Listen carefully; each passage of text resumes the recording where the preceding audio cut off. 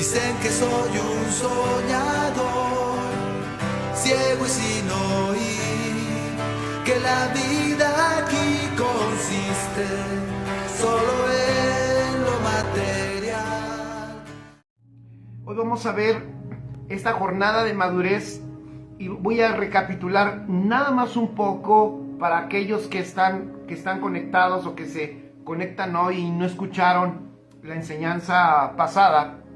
Estábamos hablando acerca de cómo el Señor saca al pueblo de Israel, y cuando saca al pueblo de Israel de Egipto, lo libra. Fíjense qué maravilloso, le da libertad, que también esa es una palabra que necesitamos como que detenernos y analizar, porque también puede haber muchos conceptos de libertad.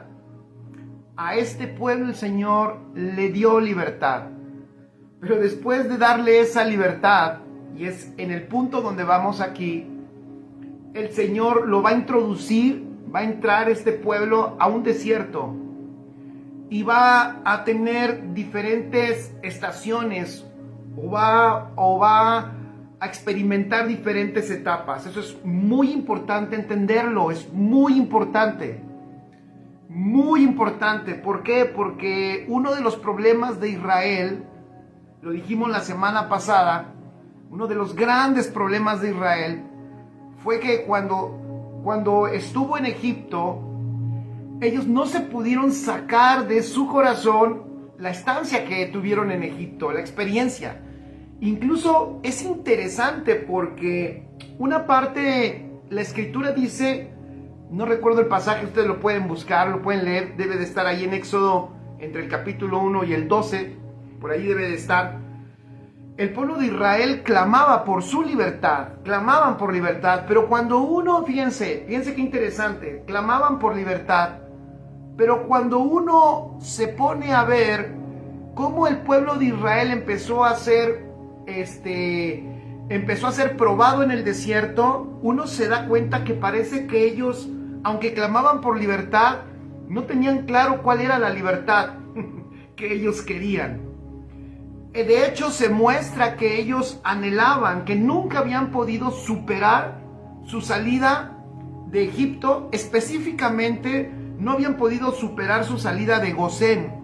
Acuérdense que Gosén era ese lugar donde José había puesto a su pueblo, a su familia, y ahí se multiplicó el pueblo de Israel, en Gosén. Y les había yo dicho que Gosén es una tierra fértil, es una tierra que tenía sus beneficios. Y esto me recuerda a que tú y yo tenemos que reflexionar, porque sucede algo similar cuando las personas vienen a Cristo. Porque cuando la persona viene a Cristo, no tiene claro a cuál es la libertad a la que el Señor le ha llamado. También no tiene claro qué es lo que va a venir delante de él.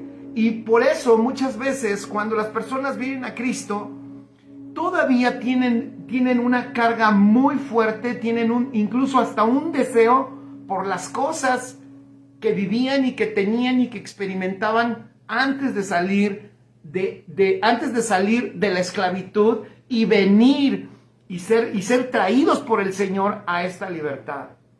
Entonces me parece que el pueblo de Israel no logró superar esa salida de Gosén que les daba ciertos beneficios. ¿Qué beneficios ellos tenían?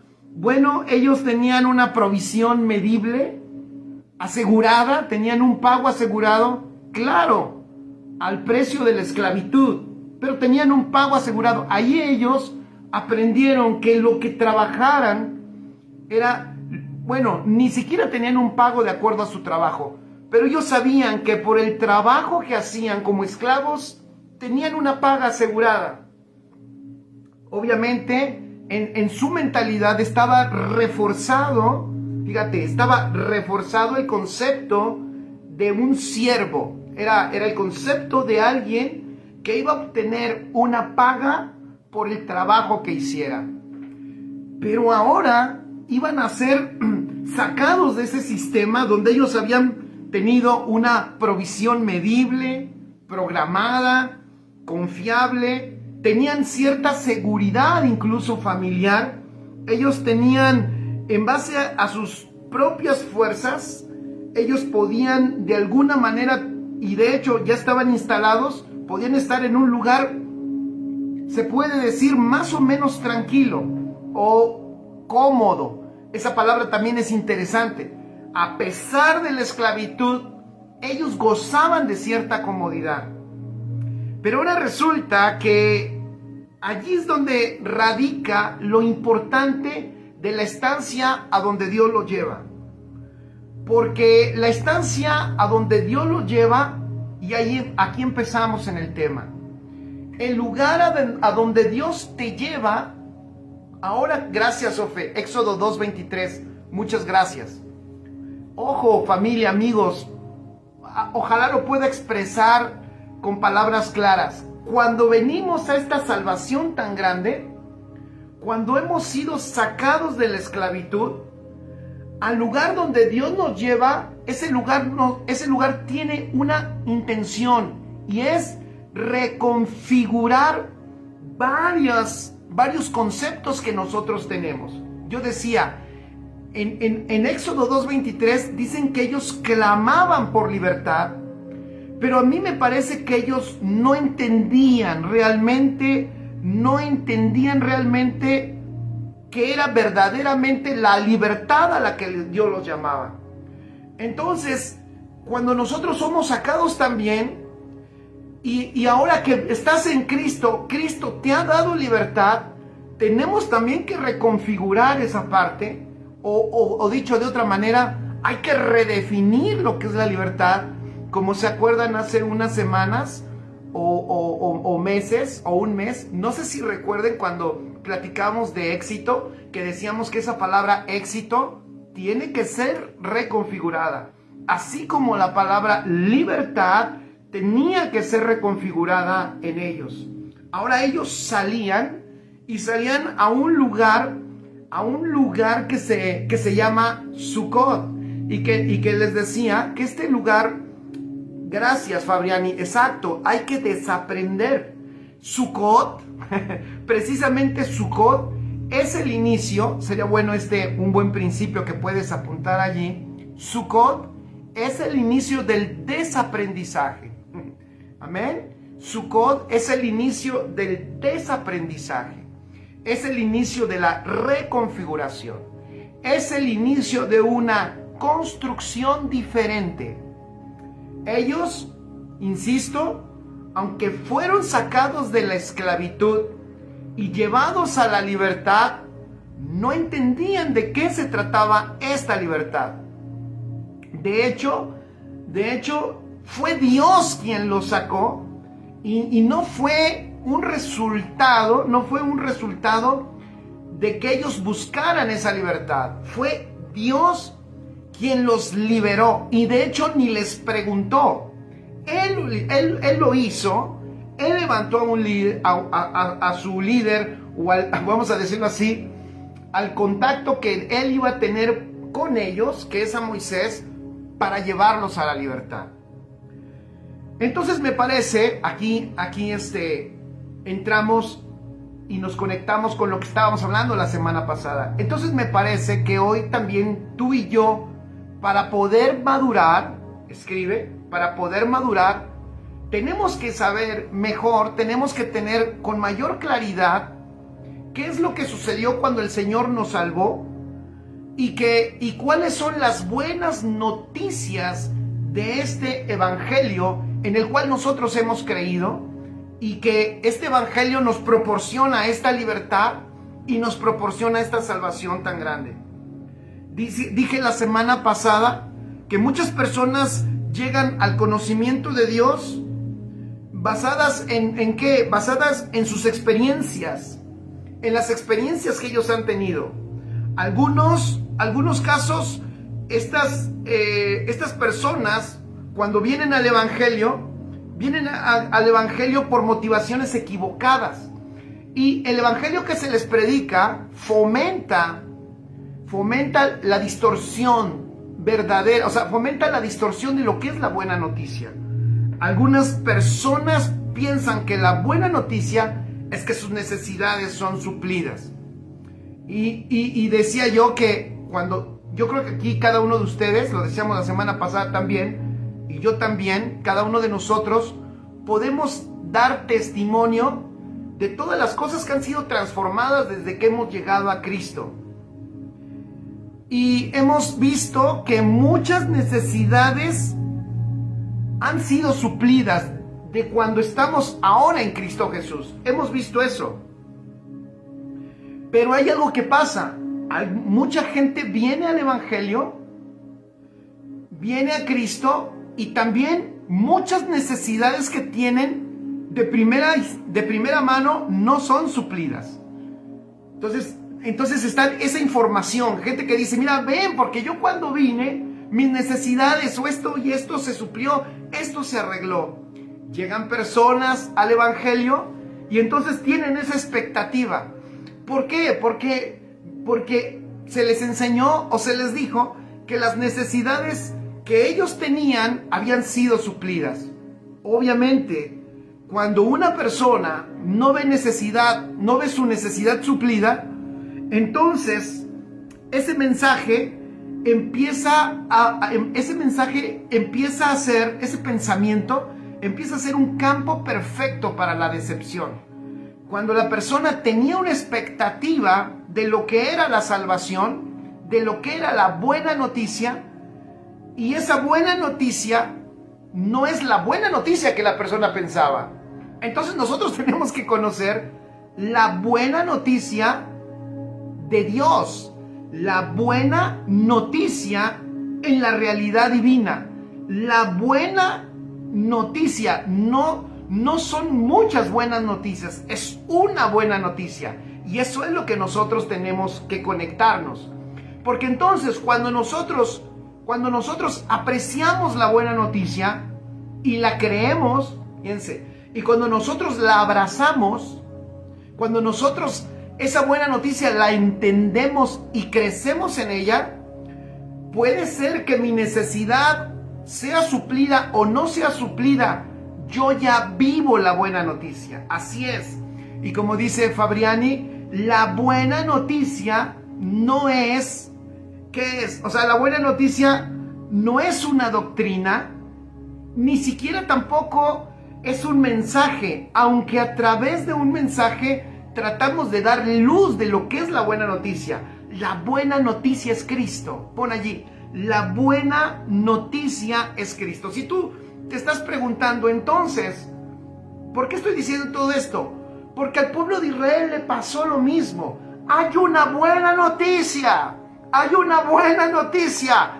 Salgamos de Egipto, somos libres. Pero ellos no entendían cuál era la buena noticia. Ellos no comprendieron. Ellos tenían una idea personal de lo que ellos creían que venía. Pero tú y yo tenemos que comprender para poder disfrutar, y luego para que esa buena noticia nos transforme y para que esa buena noticia también se manifieste, nosotros tenemos que conocerla y tener claro cuál es, e incluso también para saber enseñarla y poderla mostrar. Aunque dije hace un rato que no es un mensaje, a Dios le plació, fíjense, a Dios le plació que por la locura de la predicación, esa buena noticia que es Cristo fuera predicada. Es interesante. ¿Y por qué es locura la predicación? Porque es increíble. Es increíble realmente que a través de lo que el Espíritu Santo pone en nuestra vida para dar como mensaje, las personas, por voluntad de Dios, puedan tener una luz de Cristo. Qué extraordinario es eso. Eso es maravilloso. Por eso a Dios le plació salvar al mundo por la locura de la predicación. Es realmente una locura. Porque realmente la buena noticia no son palabras, la buena noticia no es una doctrina, realmente la buena noticia es Cristo. Ese es Cristo, el Evangelio. El Evangelio escribe, no son palabras. El Evangelio es una persona. El Evangelio es Jesucristo. Es Jesucristo crucificado, Jesucristo vivificado, Jesucristo resucitado. Es nuestro Jesucristo impartido. Es el Jesucristo ascendido y es el Jesucristo sentado a la diestra del Padre. Y es ese Jesucristo que está en nuestro corazón y que está siendo formado en nosotros. Qué extraordinario. Así es Mirna. Dice Mirna, Dios se da a conocer a través de la predicación.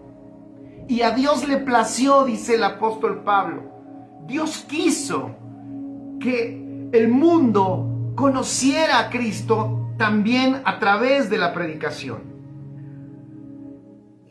De hecho, escribe Jesús, cuando nosotros vemos la buena noticia, fíjense, la buena noticia es Cristo. Ponen tus notas entonces, ya lo pusiste seguramente. La buena noticia es Cristo. Es por eso, fíjense, que cuando Jesús vino a la tierra, Él no vino a dar doctrinas. Él no vino a anunciar una nueva enseñanza. Pon eso allí, no se te olvide. Él no traía un libro bajo el brazo tratando de dar una nueva enseñanza que arreglara todo lo que había y que supliera toda la necesidad que las personas tenían. De hecho, Él mismo es el Evangelio. De hecho, Él mismo era toda esa palabra que el Padre había dado al hombre y que el hombre no había podido entender por los siglos y por las edades. Dios les hablaba y ellos entendían otras cosas, pero ahora el Señor, ¿qué hace? Toda su verdad y su palabra la encarna en Jesucristo y se la da al hombre. Juan 3, versículo 16, es un pasaje que todos nosotros conocemos. Juan 3, 16, es maravilloso porque dice, de tal manera amó Dios al mundo. Ahí está. O sea, amó Dios al mundo que ha dado a su Hijo. ¡Qué extraordinario! O sea, la buena noticia, la buena nueva de salvación para el mundo es el Hijo. De tal manera amó al mundo que ¿qué hizo? Que ha dado a su Hijo unigénito, para que todo aquel que en Él cree no se pierda. Extraordinario. Y a mí me gusta verlo este pasaje desde otra manera, porque dice, para que todo aquel que en Él cree no se pierda, o sea, no se corrompa. No está hablando aquí ni siquiera de infierno, está hablando de que la buena noticia era que ahora el Padre nos había dado la vida de su Hijo. Dice, para que no se pierda, mas tenga vida eterna. Extraordinario. Ese es. Por eso es un error, familia, amigos, todos los que nos escuchan, por eso es un error cuando nosotros como hijos de Dios pensamos que el Evangelio se queda simplemente en el que no es simple, ¿vale? No lo estoy diciendo como que es algo simple y no lo valoramos. No, es valiosísimo que haya pagado nuestros pecados, es valiosísimo que haya hecho un pago legal de redención por nuestra vida, por supuesto. Pero ojo, eso lo tenía que hacer, eso era necesario hacerlo por un motivo. Porque la idea del Padre, vean Juan 3:16, la última parte de ese versículo, es la idea del Padre. Es que la idea de papá, ve qué hermoso, era que su vida eterna, esa vida increada, esa vida que no tiene principio ni fin, fíjense qué maravilloso, esa vida total y permanente y eterna, exclusiva de Dios, ahora esa vida estuviera dentro de nosotros. El propósito de la buena noticia entonces era enviar a su Hijo para que la vida de Dios entrara en nosotros. Extraordinario. Por eso es un error cuando pensamos, vuelvo a decirlo, es un grave error, pienso yo, cuando nos quedamos en el es como Israel, voy a decirlo así. Sería un grave error que Israel, lo único que Dios hubiera hecho con ellos era sacarlos de Egipto. Gracias, Fabián. Y dice, lo felicito por no predicar la ley y la maldición y condenación. No, claro que no. Dios no nos llamó a predicar eso. Dios nos llamó a predicar la buena noticia. Gracias, Fabián. Y la buena noticia es Cristo. Y por eso lanzamos estos mensajes. Por eso buscamos ponerlos en todos lados. Que la gente pueda conocer el regalo de Dios, que pueda permitir, fíjense qué maravilloso, que la vida de Dios entre a sus vidas y ellos puedan disfrutar de esta salvación tan grande. De tal manera amó Dios al mundo, fíjense qué maravilloso, que lo amó y ¿qué hizo? Le doy a mi Hijo. Y explica para qué. Para que crea en Él. Y cuando crea en Él, sucede algo extraordinario. Fíjense qué maravilloso. Este hombre se deje de corromper. Qué glorioso, es un milagro. Deje de corromperse, eso es lo que significa no se pierda o no se corrompa. Deje de corromperse y ahora tenga vida eterna dentro de Él. Maravilloso. Maravilloso es eso. Por eso solo escribe esto. Por eso es que era importante que el Señor hiciera este milagro tan extraordinario de trasladarte de la muerte a la vida. Por eso era importante este milagro extraordinario de hacerte nacer de nuevo. Porque si no naces de nuevo, nunca hubieras podido recibir la buena noticia. De hecho, hay un detalle que tendríamos que corregir. Muchas veces cometemos el error de pensar que nosotros fuimos los que tuvimos que ver en esta salvación. Cometemos el error de pensar que qué bueno que acepté a Cristo, porque si no hubiera yo aceptado a Cristo, no hubiera sido salvo. La realidad es que no es así. La realidad es que Él, fíjense qué maravilloso, en su soberanía, en su voluntad y en su amor, nos dio vida cuando estábamos muertos. Y ya que nos dio vida cuando estábamos muertos, entonces también nos da la capacidad de responder y de decirle a Él, amén, sí, llena mi vida, llena mi ser. Solo, ¿por qué? Escribe en tus notas, porque solo el espíritu vivificado, solo tu espíritu vivificado puede recibir esta buena noticia. Solo el espíritu vivificado puede recibir la buena noticia. Maravilloso. Así es. Dice Fabriani, hay que conocer cruz también. No, la cruz. El año pasado hablamos un buen tiempo y es algo recurrente que hemos tocado en este lugar, porque la cruz es eso. Es un cruce que todos tenemos que hacer, en donde nos vaciamos, en donde nos rendimos. Es ese lugar extraordinario de victoria, la cruz. Contrario, y lo dije creo la semana pasada, esa es la falsa expectativa. Es la falsa expectativa del evangelio. La semana pasada dije, cuando Jesús les daba de comer, fíjense, les daba de comer, toda la gente lo seguía. Y Jesús les dijo, ustedes me siguen porque les doy de comer. Y la gente se amontonaba a su alrededor. Pero cuando Jesús fue a la cruz, que la cruz fue el lugar donde verdaderamente, escuchen esto, es en esa cruz donde verdaderamente allí suplió la necesidad del mundo.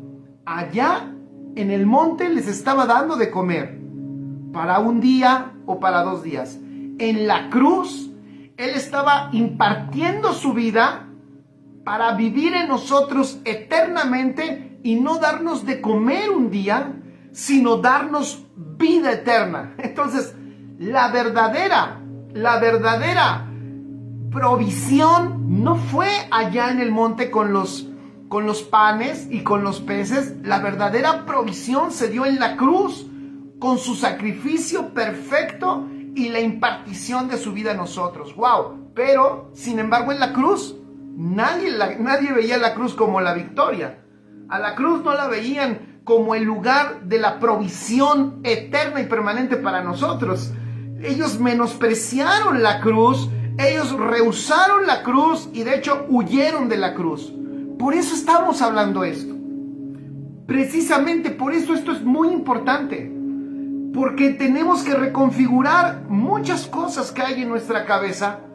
¿Para qué? Para que podamos disfrutar esta salvación tan grande y podamos nosotros también caminar en esa jornada de madurez. Así es, la verdadera provisión se hizo en la cruz, una obra completa, perfecta y eterna. Sin embargo, ¿cuántos estaban cuántos se quedaron con él cuando Jesús estaba en la cruz?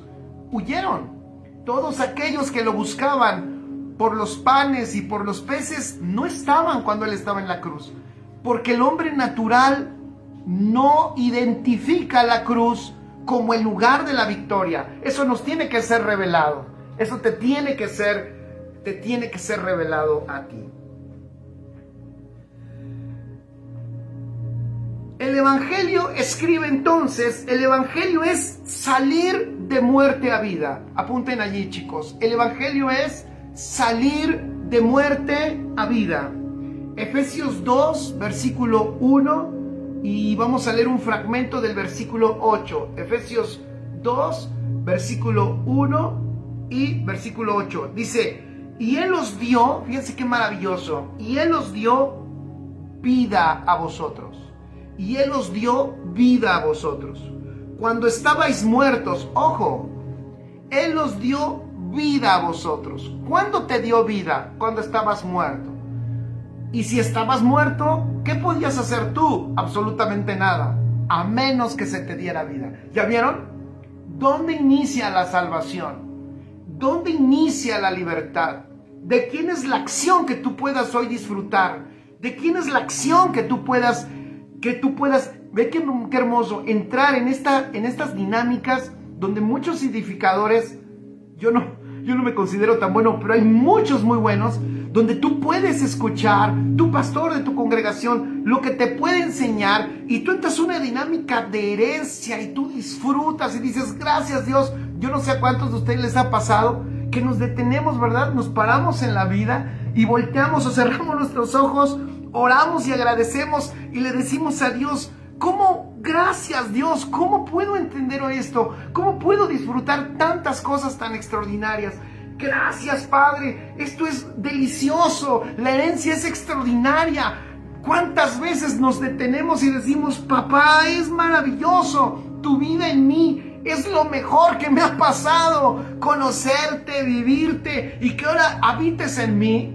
Pero fíjense qué maravilloso, hoy lo podemos disfrutar, pero siempre, fíjense, siempre es bueno recordar que Él lo hizo cuando tú y yo estábamos muertos. Eso significa que no podías hacer tú nada, a menos que Él te diera vida. Y eso es lo que dice el apóstol Pablo. Y nos dio vida. ¿Cuándo nos dio vida? Cuando estábamos muertos. Nos dio vida cuando no teníamos vida. No teníamos ni la menor vida para decir, sí, aquí estoy. Hay veces que malamente decimos, no, yo sí quise, yo busqué a Dios y lo encontré. Yo busqué, yo fui. Si tú buscaste, si tú fuiste, si tú te levantaste antes de recibir a Cristo y lo buscaste y corriste la milla y te subiste al camión para meterte a una iglesia y el hermano por allá te jaló y te metió a la iglesia, si eso sucedió, es porque Él te dio vida. Si no te da vida, tú no respondes. Si no te da vida, no respondes. Hola, ¿cómo estás, Maino? Un abrazo enorme, saludos enormes hasta Monterrey. Si Él no te da vida, no puedes responder.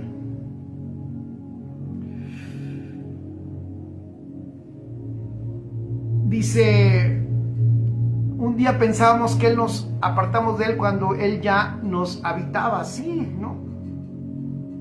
Vamos a leerlo. Y Él os dio vida a vosotros cuando estabais muertos en vuestros delitos y pecados, porque por gracia, y explica, porque por gracia, maravilloso el Señor, porque por gracia sois salvos, por medio de la fe. Y esto, ¿cuál es esto? La fe. Y esto no de vosotros. Qué maravilloso, porque es don de Dios. Qué extraordinario, qué extraordinario. Esto es importante, porque si no comprendemos esto, empezamos a caminar en una distorsión del evangelio. Entonces, si tú ya entendiste, pon ahí, tenemos que comprender que el evangelio solo puede recibirse desde el Espíritu. Por eso Jesús, cuando unos se iban, Él no tenía problema. Me encanta, yo quisiera tener, la voy a decir, denme oportunidad de decirlo así, yo quisiera tener esa dinámica tranquila, enorme de entereza de Jesús, esa entereza, no sé cómo decirlo, esa manera de ver esa lectura de vida que Jesús daba, porque cuando unos se iban, cuando otros como que le daban la espalda, Él decía, no hay ningún problema. O cuando unos lo combatían y de hecho lo refutaban y trataban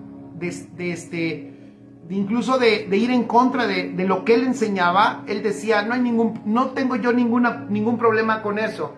Y es más, parece que les decía, yo no estoy intentando de convencer a nadie, porque de hecho nadie puede venir si el Padre no lo trae. Eso está increíble. O sea, en otras palabras, o sea, tú no vienes porque de hecho no eres, ¿cómo decirlo? Tú no vienes porque de hecho ya está dado por el Padre que tú no vas a poder entender esto. ¡Wow! De una manera lo veía. En cambio, ¿nosotros qué hacemos? Fíjense, ¿nosotros qué hacemos? Nosotros pensamos malamente que el evangelio se entiende por convencimiento. Gracias, ese temple, gracias Didi, exacto. Ese temple de Jesús. Fíjense, malamente nosotros pensamos que el evangelio, que la gente viene al evangelio por convencimiento, ¿no? Y ahí vas por el buen predicador. O le compartes la excelente predicación y dices, esta sí que le escuche. No está mal, ¿vale? No está mal que compartas, porque si no alguien va a decir, pues ya no comparto. Al final, ¿qué caso tiene? Esto es un asunto de Dios. No, tú comparte, porque al final es Dios el que en su momento traerá la luz que la persona necesita. Pero luego nosotros pensamos que esto es por convencimiento, pensamos que es por adoctrinamiento, pensamos que es porque insistimos y tratamos de buscar la mejor manera, fíjense, la mejor manera de que el evangelio quede claro y entendible. Y yo te voy a decir una cosa, esto no es así.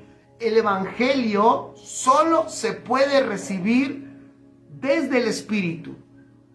Solo se puede entender desde el Espíritu. No existe otra manera. No es del intelecto.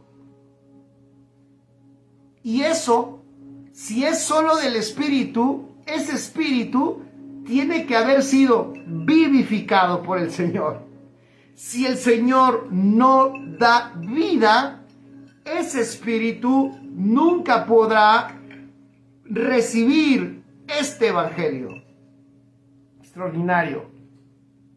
Dios dice, Dios trae hasta el del pollo, sigamos compartiendo, exactamente hasta el pechuguero de enfrente de la iglesia, Dios lo puede transformar, por supuesto. ¿Por qué? Porque si Dios le da vida, Él va a identificar el evangelio. ¿Sabes por qué tú estás aquí? Porque Él te dio vida cuando tú estabas muerta, estabas muerto, pero Él te dio vida. Y entonces tú, con vida, pudiste responder en fe. Y la fe, pon en tus notas, es un don de Dios. Lo acabamos de leer. O sea, es un regalo que Dios te da para que tú tengas la herramienta. ¡Qué extraordinario! La herramienta de poder abrazar toda la realidad eterna. La fe es para que tú tengas la herramienta legal para toda esa realidad eterna, hacerla tu realidad y decirle al Señor, amén, sí, quiero que entres en mi vida. Y tú y yo, cuando no entendíamos, pensábamos, ay, estoy haciendo que Cristo entre en mi vida. No, Él ya te había dado vida solo para que tú respondieras conscientemente de ahora lo que está verdaderamente pasando en ti. Qué extraordinario. Tenemos entonces que entender esta gran verdad. Nuestra salida, escribe allí en tus notas, esto te puede servir. Así es, dice Mirna, gracias Padre por darme vida para responder a tu voz. Eso está muy bueno. Qué maravilloso. Por eso yo decía hace un rato, ¿a poco no te has detenido y dices, wow, ¿cómo llegué aquí? Siempre lo decimos, ¿no? O yo, denme chance. Pues es mi life, por lo menos me desahogo. Pero yo luego lo digo, ¿cómo llegamos aquí? Por su amor. Estaba yo muerto. Si Él no me da vida, yo sigo muerto. Si Él no te da vida, tú sigues muerta. Tú sigues muerto. Pero nos dio vida. Entonces esto es importantísimo entenderlo. Escribe esto. Nuestra salida de muerte a vida no es resultado de una decisión personal. Nuestra salida de muerte a vida no es resultado de una decisión personal. Es una decisión eterna de Dios. Es un asunto de su voluntad amorosa desde la eternidad y en donde a nosotros Él, ¿qué hace? Nos abraza con esa voluntad. Esa voluntad eterna es la que permite que tú y yo tengamos vida y con esa vida ser receptores de este evangelio. Receptores de la buena noticia que es Cristo Jesús. Es una decisión, escribe, eterna de Dios. Wow, eso está muy bueno. Tú estás viviendo, puedes ponerlo así, yo estoy viviendo una decisión eterna de Dios aquí en la tierra. Él desde la eternidad decidió darme vida y decidió hacerme receptor de su buena noticia, que es Cristo Jesús. ¡Wow! ¡Qué maravilloso! El apóstol Pablo lo dijo y lo expresó, ya lo habíamos leído. La fe que es necesaria para la salvación no nos pertenecía, pero Dios nos la otorgó para que de nada pudiéramos gloriarnos. Para que de nada nos pudiéramos gloriar. Esto no es de vosotros. Cuando habló de la fe dijo, y la fe con la que respondiste tampoco es tuya. Y tienes que saberlo, para caminar en madurez y verdaderamente crecer en Cristo. Esto es fundamental. Esta salvación es una decisión eterna de Dios. La fe con la que respondiste es un regalo que Dios te dio. ¿Para qué? Para que en nada pudiéramos gloriarnos de esta salvación tan grande.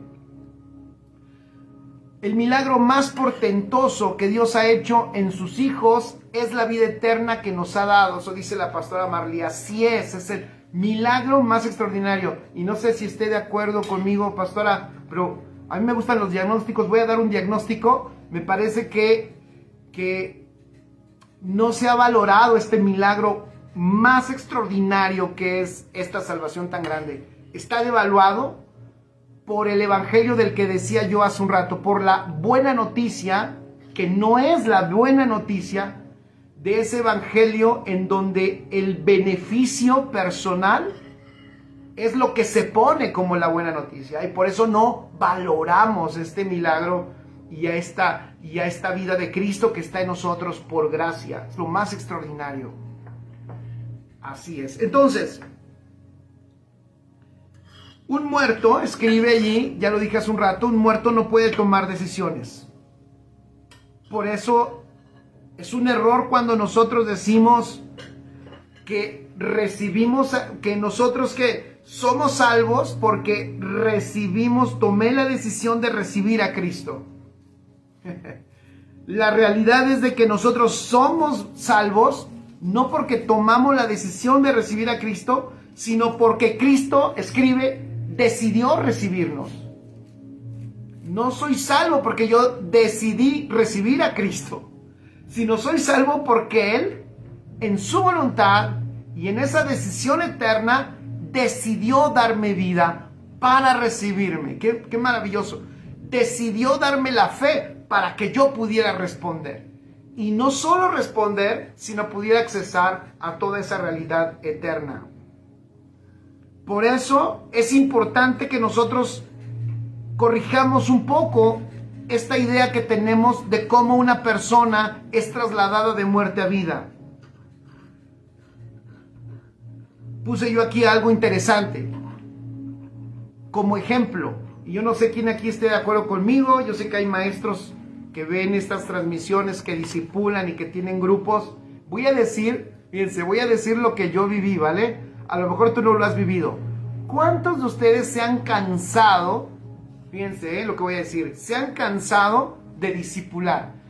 Perdón por las palabras. Yo sé que alguien dirá, no, pastor, yo nunca me canso, yo jamás me canso, yo soy incansable, yo hago lo que al Señor le agrada. No, vamos a ser honestos. ¿Cuántas veces tú dices, ya les enseñé esto una vez, 2 veces, 3 veces, 4 veces? Y me parece que, tú dirás, parece que cambié de tema, pero no he cambiado de tema. Estamos hablando de lo mismo. ¿Quién es el que hace que tú seas trasladado de muerte a vida? Es el Señor. Y si el Señor, no te traslada de muerte a vida, o sea, si una persona no es trasladada de la muerte a la vida, esa persona, por más que le enseñes, no va a poder recibir la verdad del Evangelio. Entonces, hemos cometido un grave error como iglesia. Yo por lo menos sí. Y aquí voy a meter un ejemplo del por qué. Porque hemos tenido pocos resultados y mucha frustración. ¿Y saben en qué sentido? Hemos querido discipular a aquellos que no han pasado de muerte a vida. O sea, hemos entendido mal. Hemos tratado, de discipular a un muerto.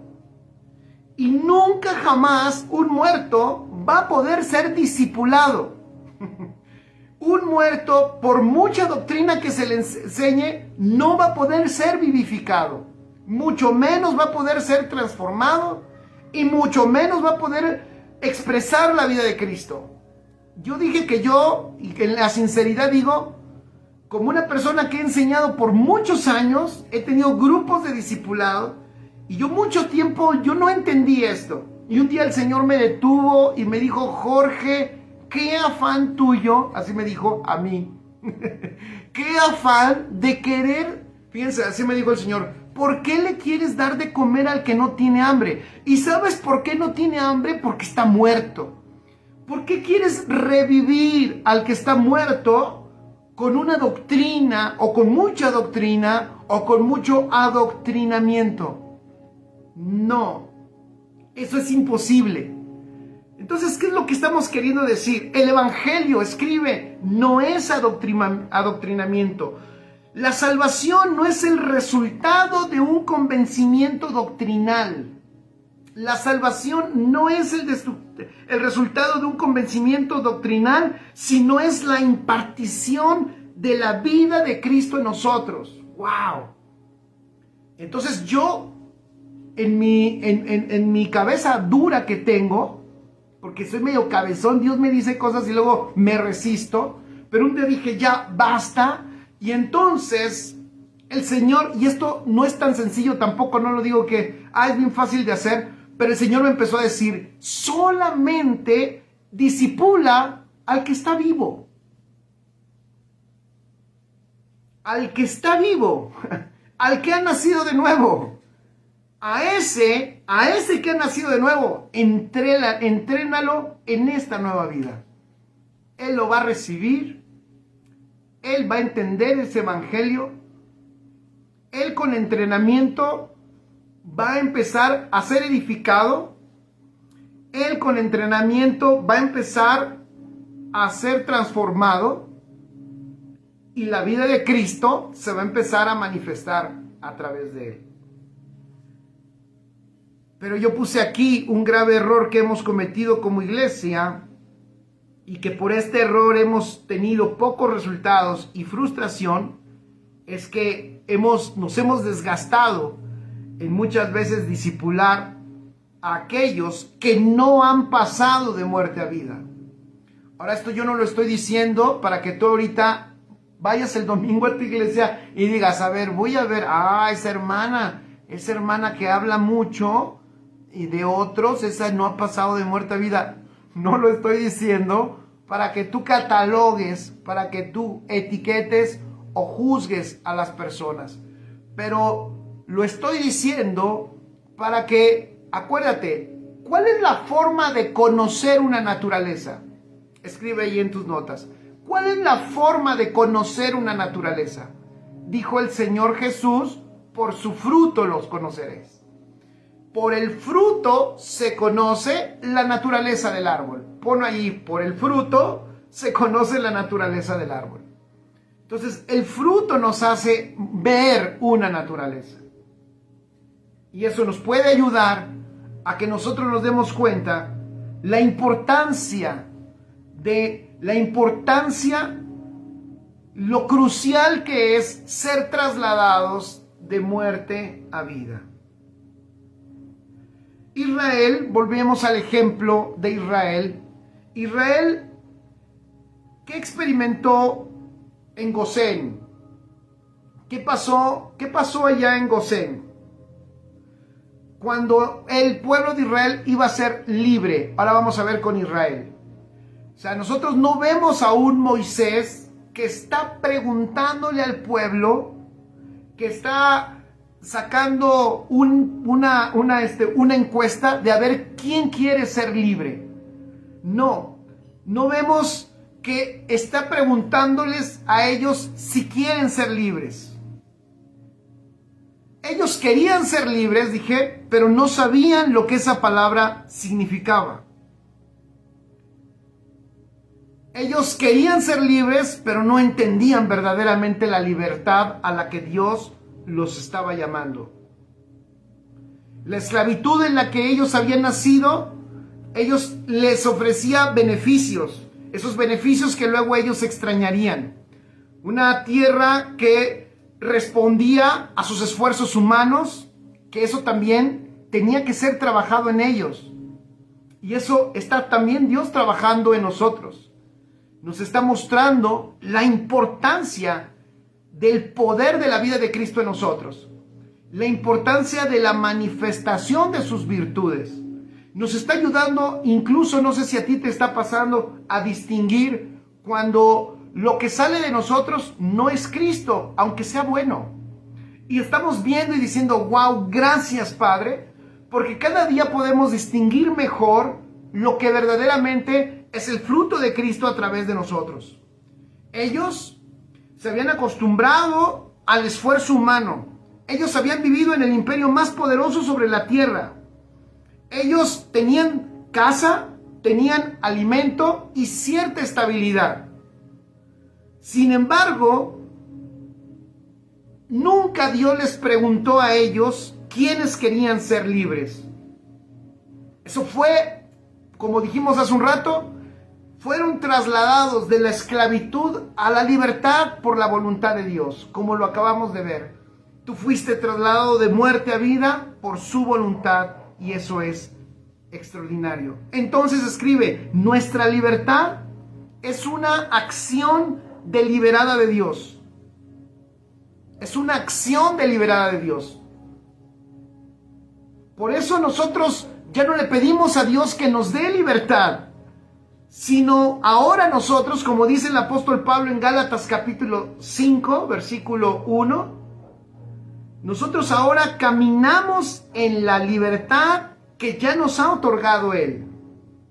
Dice Gálatas 5:1, estad pues firmes, fíjense qué maravilloso, estad pues firmes en la libertad con que Cristo nos hizo libres, y no estéis otra vez sujetos al yugo de esclavitud. ¡Qué extraordinario! No está diciendo clama por tu libertad. Te está diciendo, permanece firme en la libertad con que Cristo te hizo libre. Firme en la libertad con que Cristo te hizo libre. Porque esa libertad es una acción deliberada de Dios. Maravilloso para nosotros. Pero nosotros tenemos que permanecer en esa libertad. Nuestra realidad espiritual, escribe,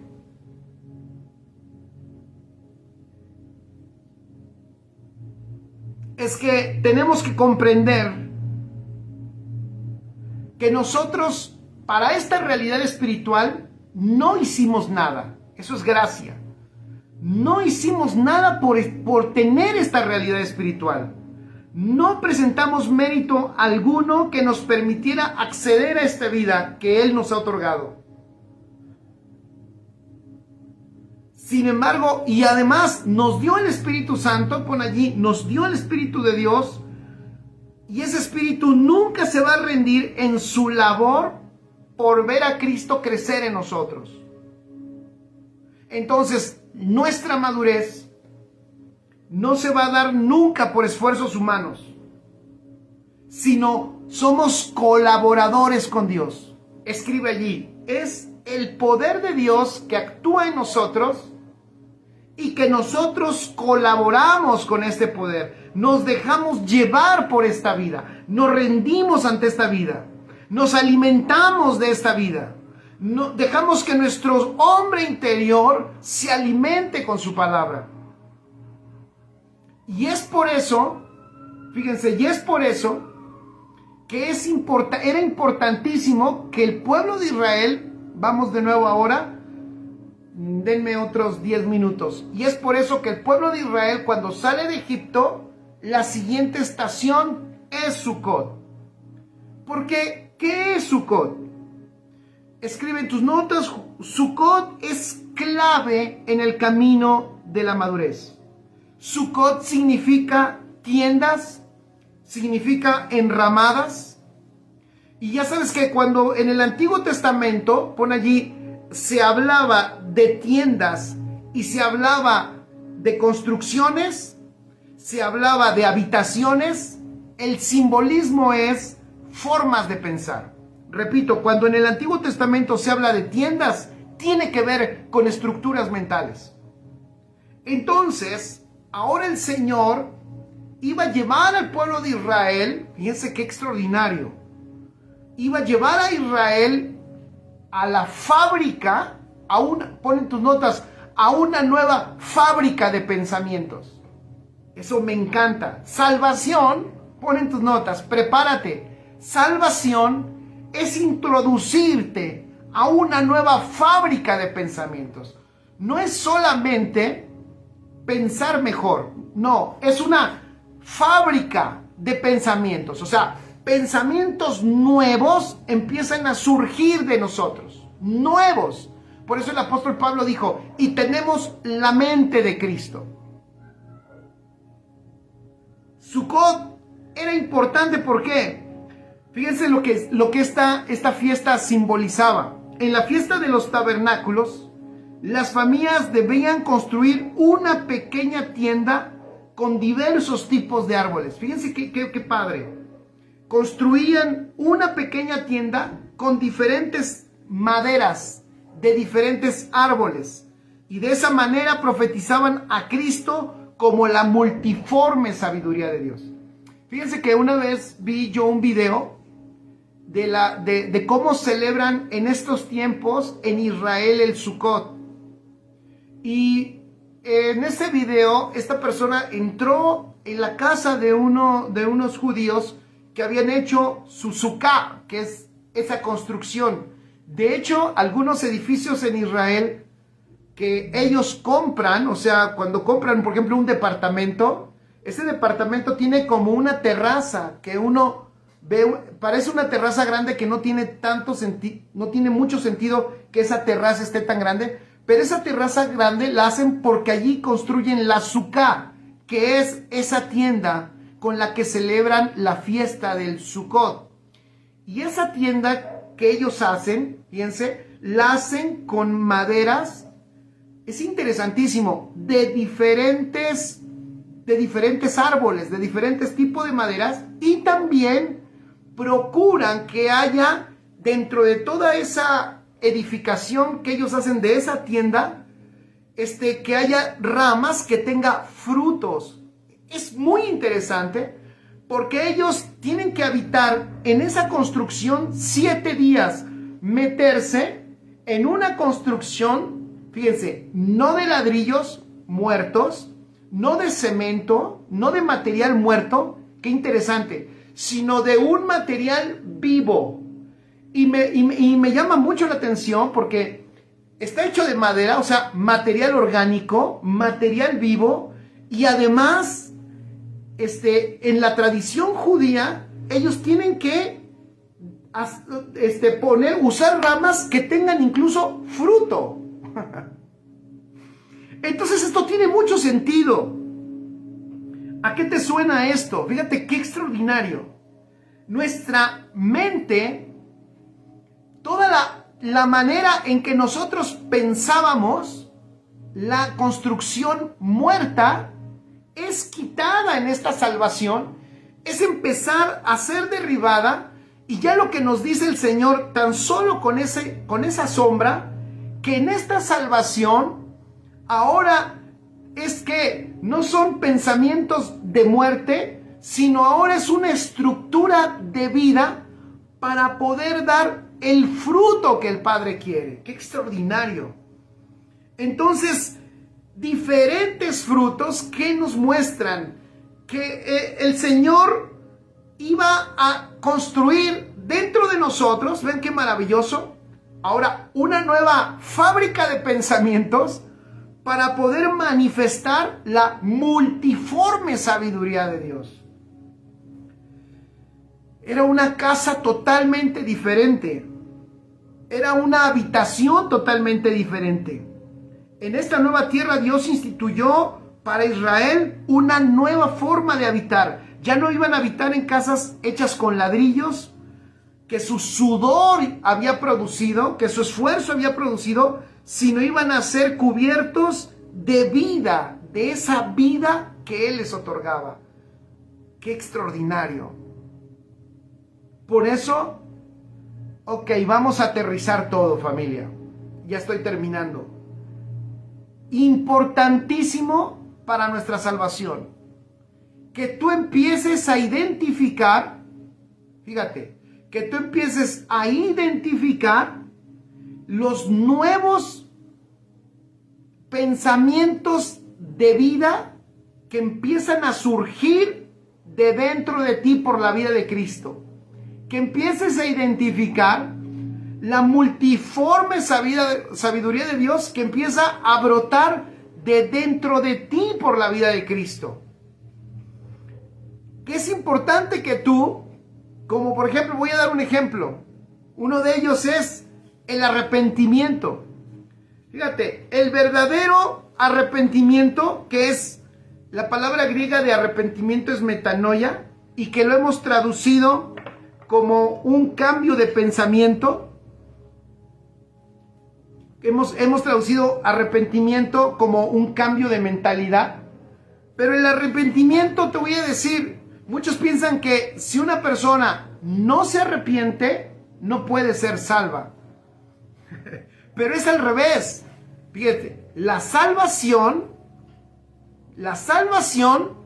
¿qué es lo que hace? Te da una nueva mente. Una nueva mente. No te da una mentalidad, no. Te da una nueva mente. Y de esa mente, qué extraordinario, y de esa mente, entonces tú puedes arrepentirte. O sea, muchos piensan, es que ese no se va a salvar hasta que se arrepienta. ¿Han escuchado eso? Es que no va a salvar hasta que se arrepienta. No, es que él no se puede arrepentir si no tiene una nueva fábrica de pensamientos. Él no se puede arrepentir si él no habita en una nueva mente. Por eso el apóstol Pablo nos da luz y dice, ahora nosotros tenemos la mente de Cristo. Por eso escribe esto es importantísimo. El arrepentimiento no puede venir antes de la salvación. Porque solo por esa salvación tan grande puede venir una nueva fábrica, una nueva producción de pensamientos. Ahora, estos pensamientos que vienen, no vienen de tu corazón, no vienen de tu experiencia, sino vienen de Dios mismo. En las realidades espirituales debemos entender que por causa de haber recibido la vida de Dios, tenemos la posibilidad de arrepentirnos. Y ese arrepentimiento no es un remordimiento por los errores cometidos, sino es una muerte, fíjense, es una muerte a la estructura que produce el mal en nosotros. Repito, escribe esto, te puede servir. Este arrepentimiento no es un remordimiento por los errores que tú has cometido, sino una muerte a la estructura que produce el mal en nosotros. Es una renuncia total a la estructura que hace nacer los pensamientos en el interior. Extraordinario. Por eso nosotros, y tú ahora que has venido, fíjate, para aterrizarlo de nuevo hoy, para aterrizarlo, hemos venido a esta salvación tan grande. ¿Qué es lo que va a empezar a suceder? Bueno, de tu interior empezarán a venir nuevos pensamientos.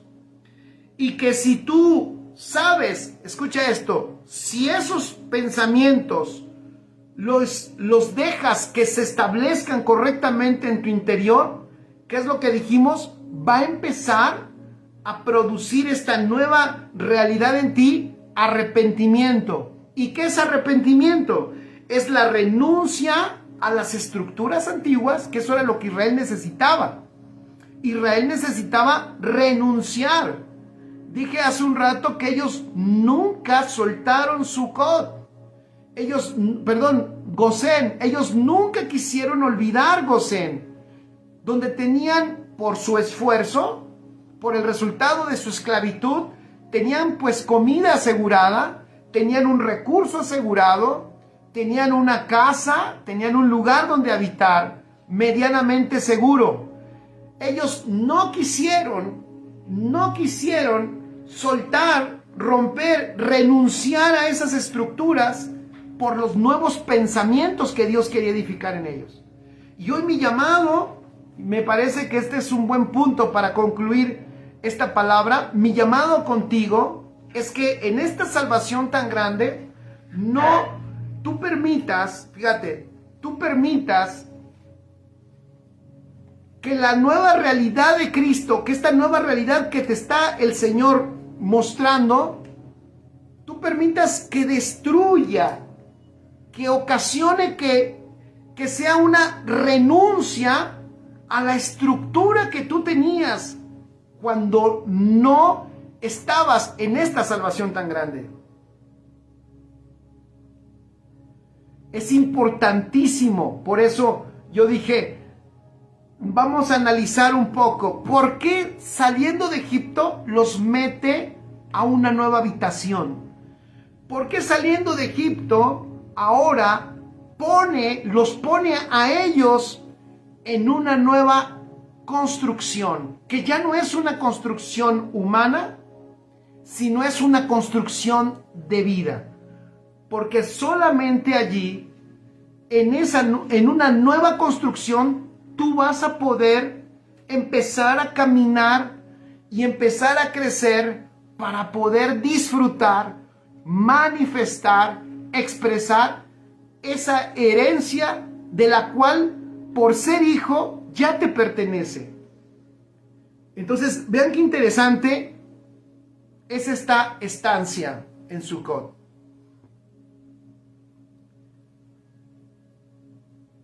Pero es muy importante que toda esta nueva realidad que el Señor te esté mostrando, tú permitas que esta nueva realidad se incorporen en tu interior y esta nueva realidad produzcan que lo que estaba construido de la vieja manera de vivir sea destruido. Amén. Por eso es importantísimo, importantísimo que nosotros en este tiempo, si tú estás escuchando, fíjate, si tú has escuchado, si el Señor te está permitiendo escuchar la palabra, si el Señor te está permitiendo por el Espíritu entender su realidad, arrepiéntete. Arrepiéntete. ¿Cómo? ¿Qué significa eso? Lo que acabo de decir, arrepiéntete. ¿Qué significa? Renuncia, aprovecha la contundente palabra de Dios que se te está dando. ¿Para qué? Para que esa palabra destruya, aniquile, termine con esos pensamientos, con esas estructuras, con esas construcciones del pasado que no son Cristo. Arrepentimiento, entonces, es un resultado de la mente de Cristo en nosotros. Necesaria, Jesús dijo, y Juan el Bautista también lo dijo, era necesario para disfrutar el reino de Dios. No podemos disfrutar el reino de Dios sin arrepentimiento. ¿Por qué? Porque el reino de Dios no opera como los reinos de este mundo. El reino de Dios no opera como los reinos de este mundo. Tienes tú que echar mano de la nueva fábrica de pensamientos, que es la mente de Cristo, y renunciar. Porque en la otra mente, en nuestra mente natural, ahí había muchos ídolos. Había muchos ídolos a los cuales nosotros nos rendíamos y les creíamos profundamente. Ciegamente creíamos en ellos. Pero en esta nueva mente que tenemos en Cristo Jesús, allí nosotros podemos disfrutar el reino de Dios. Y eso es extraordinario. Amén.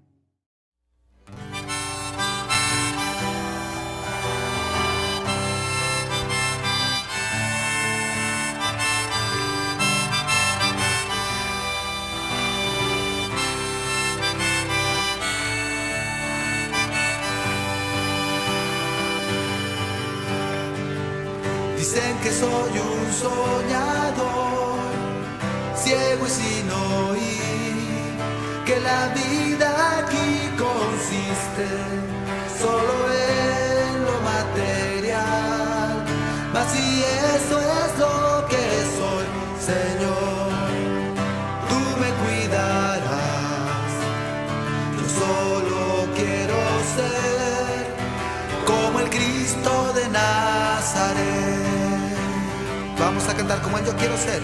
Como Él, yo quiero ser. Como Él, yo quiero amar.